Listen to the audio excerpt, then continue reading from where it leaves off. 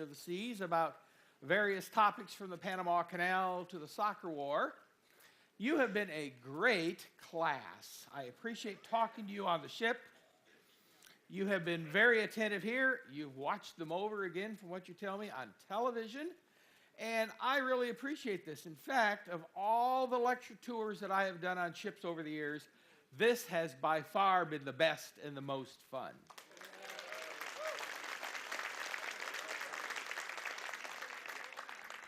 I would also like to say something who watch all of these tours, all of these speeches on television, and that's to the crew down in the crew's quarters. I've been hearing from you, telling me how much you enjoy hearing about this part of the world, which many of you are here for the first time, this ship having been in Asia for so long. And I'm glad that I am able to educate you as well. You as the crew have taken very good care of us as passengers. And from what you tell me, I'm taking very good care of you and educating you about this part of the world. So I'm glad that you're down there watching these videos. So this is about the Spanish settlement of California. I went to California when I was in the Army, and I was assigned to the Presidio of Monterey. And I went out there, and of course, I would play tourist on the weekend. And I would look around, and I saw all these dates for, well, this was founded in 1770, or this was founded in 1769. And I thought, wait a minute. What's going on here? That's the time of the War of the American Revolution. Why did Spain only get around to founding the colonies in California when California itself was claimed in 1542 by Juan Rodriguez Cabrillo? And he put ashore in what is now San Diego, and he claimed California for Spain. He came up from the Pacific side of Mexico. The Pacific Ocean for several hundred years was a Spanish ocean. And it took Spain 227 years to get things going in California. And I'm wondering, what's the deal? How come? And you can see that Cabrillo died the year after he claimed California for Spain. And then he wasn't the only one that came by and thought that California would be a nice place. This guy came by, Sir Francis Drake, the famous English privateer, came by in 1579 and claimed California for England. So 1542, the Spanish claimed it. 1579, Sir Francis Drake was on his trip around the world. Magellan had done that before. But for the most part, the English did not much venture into the Pacific Ocean at that time. So, was there a war between Spain and England over who got to rule California? They both claimed it. Well, if you're going to claim it, you got to settle it. How many settlers are going to come from England to live in California? I mean, this was before the Panama Canal. It was a long trip to California from England. So he may claim it, but if you don't settle it, you don't get it. But the Spanish were there, and they were there with their horsemen and their arms and so forth. And of course, Spain was ruling California not from Madrid, which was a long ways away, but from Mexico City. That was much closer. They had the Viceroyalty of New Spain, and the king would send his viceroy, who had plenipotentiary power, meaning he was absolute. Anything he said went in the New World. He didn't have to check with the king back in Spain to say, well, do you agree with this decision or do you agree with that decision? Nope. He had absolute power in the New World in the interests of Spain, and primarily collecting the taxes for the king back in Spain. That was his primary job. Send the treasure ships back to Spain. And that's what they did. So, here's a map of Mexico, and then north of Mexico, that was all claimed by Spain, but there wasn't anything there. Okay, there was desert, and there were Comanches, and you did not want to meet up with the Comanches. So this area north of Mexico City that was a big desert, it was known as El Gran Poblado, the great unpopulated area. They had looked, they didn't find any gold, so they weren't really interested. But yet, they did claim it, and they had to do something to occupy it. So they decided that they would establish a capital, another capital, way north of Mexico City in what is now New Mexico, up in the mountains, called Santa Fe, Holy Faith. They established a capital in the mountains, what is now Santa Fe. That forced people to go there and live, if nothing else, government functionaries. So that forced some people to occupy the area and live there, and then it kept people going on the trail back and forth between Mexico City and Santa Fe. So that at least established a presence of Spain. Because if you claimed it and you didn't have people there, anybody could come and take it. So that's the story behind Santa Fe. They just needed a capital up there to keep an eye on things for them. So finally, the Spanish decided they have to settle California 227 years later, after Rodriguez Cabrillo. Well, why did they suddenly decide they had to settle California and put some people there? Well, somebody came back from California who had been there and told the viceroy, "The Russians are coming, the Russians are coming." And that was true. The Russians had crossed the Baltic Sea, Bering Sea, and they had claimed Alaska, which was a giant wasteland, no different than Siberia. And then they started coming down the coast, and they started claiming all the lands on the seaward side of the mountains, all the way down. You know, Canada's on one side of the mountains and Alaska's on the other side of the mountains. They started coming down the coast.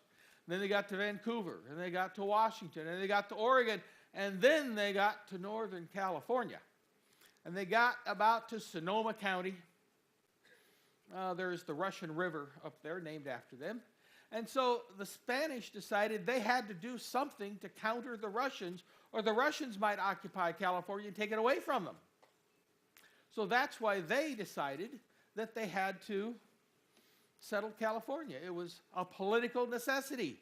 Their enemy, the Russians, might take it over from them. There is a story about one of the noblemen who was leading the Russian explorations down the coast, and he met a local girl in California, and they decided to get married. But being a Russian nobleman, he had to get the Tsar's permission. So he went back to Moscow to get that permission. We're talking at least a 3-year trip here just to get permission to marry this girl in California, and the Tsar could have said no. Well, as I remember the story, he didn't make it. And she got news that he had died, and of course she was greatly disappointed. She was willing to wait. But that was a long trip, and Americans do not realize the size of Asia. So let me give you an example here. I had a brother who was in the oil business in Houston, the oil capital of the world, and his company had some project going in Vladivostok, Siberia. That is on the very eastern end of Siberia, right there on the Bering Sea. So he thought it would be good if they met halfway between Houston and Vladivostok. Well, what is halfway between Vladivostok and Houston? It's Moscow. Now, the people from Vladivostok were traveling across Siberia and a little bit of Europe to get to Moscow. They traveled over one country, one landmass. When my brother met them halfway, he crossed North America, he crossed the Atlantic Ocean, and he crossed all of Europe to get to Moscow, to meet them halfway. Imagine a landmass between Houston and Moscow. One solid landmass, one country. Well, that's the size of Siberia. So when they got exiled to Siberia by the Tsar, they were exiled. That was a long ways away. So, how did they decide to settle California? Well, they had a plan. And they decided that they were going to have some military forts called presidios. And they determined that there would be 4 presidios. And this would be done by the Army and the Navy coming up the coast from Acapulco. Well, then they also had to have some towns for commerce, so they imported some settlers, somehow found some settlers willing to come. They hadn't found any gold in California, so the interest wasn't really there. You know, the Spanish were interested in gold, and that's why they hadn't been there before, because they didn't find any. Well, anyway, they got some settlers to come, and they established some cities. And then they had the mission systems. There were 21 missions. And this helped people travel around California because each mission was 1 day apart from the other mission. So 21 days to walk from San Diego to San Francisco. And that was called the mission system. Many of these are still here today. They were originally built by the Jesuits. And then the King of Spain had an argument with the Jesuits and kicked them all out. So then they were replaced by the Franciscans. And each mission was its own self-contained community. They converted the Indians. The Indians were not real hostile in California. So they were easy to neutralize militarily. They were converted. They could be taught agriculture. So each mission was sort of a self-supporting little town. They grew their own food. They had their church. And when travelers traveled between the missions, they knew at the end of the day they would have a warm meal and a safe place to stay and a friendly environment. So that encouraged people to settle California. But the road between the missions, which was called the Camino Real, or the Royal Road, today the state of California calls that Highway 101. But you can take Highway 101 and you can see a lot of the missions. And so people could walk 1 day. But these missions were inside the mountain range. Along the coast, that's where the Army and the Navy held sway with their presidios. They built the missions up the valleys. And on the other side of the mountains, things get kind of hot. After all, San Bernardino is known to be hot. Sacramento is known to be hot. Palm Springs is known to be hot. These were hot areas, and that's perhaps the origin of California. Cali means from caliente, hot. Forno is oven. They called it a hot oven, and that became California. Now, that's my favorite theory about how California got its name. There are others, but this is the one I like, so this is the one that you're going to like too. Okay, so they had the mission system with 21 missions, and the head guy of the mission system was Fray Junipero Serra, who has since recently become a saint. But he was known as Fray, F-R-A-Y, friar, or brother, Junipero Serra. And church and state under the Spanish monarchy was not separated. So you had the capital of Alta, or Upper California, at Monterey. And then the church had to have its headquarters too. So next door was the town of Carmel. And Fray Junipero Serra built his mission at Carmel. It's now known as Carmel by the Sea. Great beach resort. And that's where he held sway. And you can go there and you can visit where he lived. And you can see the bed he slept on. Well, it wasn't a bed, it was a board. He slept on a board. And I couldn't do that. But at any rate, and then they also built a church in Monterey. This is the Royal Presidio Chapel of Monterey, the former capital of Alta California. It is the oldest continually inhabited stone building in California. It is still a parish church in Monterey, California. Of course, now it's surrounded by city, but it's in the central part of Monterey, and it's a beautiful church to go visit. It's still an active parish. And then you had the Carmel Mission, which is also still an active church. You can go to Mass there, and they have a museum. You can get the story of California. You can see the board that Junipero Serra slept on, and it's an interesting visit. I mean, some people just like to go to California and visit the missions. I have known people who have done that. Personally, I seldom get too far beyond Disneyland myself. But when I was a young man and I had a car, I did visit a lot of these missions because it did interest me, and I was trying to learn everything I could. So they had their missions, their 21 missions, and then they had their presidios, or their forts. Well, the first one was San Diego. 1769 is when they established the fort at San Diego. It is still an active military base. It's a naval base in San Diego. I don't think they call it the Presidio anymore, if I recall. But it's an active military base. Now, somebody asked me, how did they come up with these names? Well, what the Spanish did on the day that they founded a town or a fort or something, they looked at the church calendar. Whose feast day is today? What saint is the church celebrating today? And on the day they were there, it was San Diego, Saint Diego. So they decided, okay, that's the name. And that was a pretty good system because sometimes people have trouble coming up with names. I remember when I studied Latin and I studied names, the Romans had a terrible time with names. They didn't have very many, so they just gave things numbers. They numbered their children. After 4 children, they'd run out of names, so they'd name them. Quintillus for the 5th one, Sextus for the 6th one, Septimus for the 7th one, Octavia for the 8th one.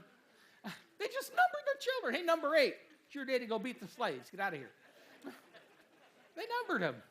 Well, so they used their holy faith to determine the names of their places. So that's why they're almost always named after saints or something, because they used the church calendar.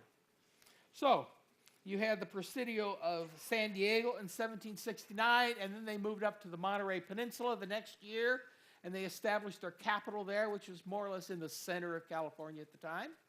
And that's where they built Monterey, San Carlos de Monterey, St. Charles of Monterey. I'm not going to go into the lives of the saints, but these are all saints in the book. And so they built Monterey in 1770, and they built a fort there. They put troops in it. And then in 1776, the start of the American Revolution, it was San Francisco, named it after St. Francis. And that is still called the Presidio of San Francisco. It has been deactivated as a military fort. But it's a beautiful place to go visit. It's part of the National Seashore, National Parks, and so forth. And it's right there by the Golden Gate Bridge, so it's a beautiful place to visit. When I was in the Army, that was the headquarters of the 6th U.S. Army. Then you can go around and you can visit some of the places that they have still preserved at the Presidio of San Francisco, including the oldest building still in use. They built these of adobe. You know that adobe is mud and water and straw, and they put it in a wooden form and dry it in the sun, and it makes a very inexpensive and sturdy building material. And that's what they built most of their early buildings out of. It was difficult to harvest timber and haul it and so forth, so adobe was the material that they had at hand, and that is what they used. And they have lasted a long time. And then finally, the last Presidio that they built was Santa Barbara. And that was 1782. And we know that there was a U.S. president that had a ranch near Santa Barbara. Loved to go riding his horses around there. Ronald Reagan had a ranch at Santa Barbara. Santa Barbara also has a French festival every year around the 14th of July, Bastille Day, which is also interesting, worth a visit. So, and they still have, if you want to be a tourist, the old buildings at Santa Barbara can still be visited, and you can learn the history of them if you so desire. So, in summation, they started out with San Diego in 1769. Then they went to San Carlos de Monterey. It's simply called Monterey in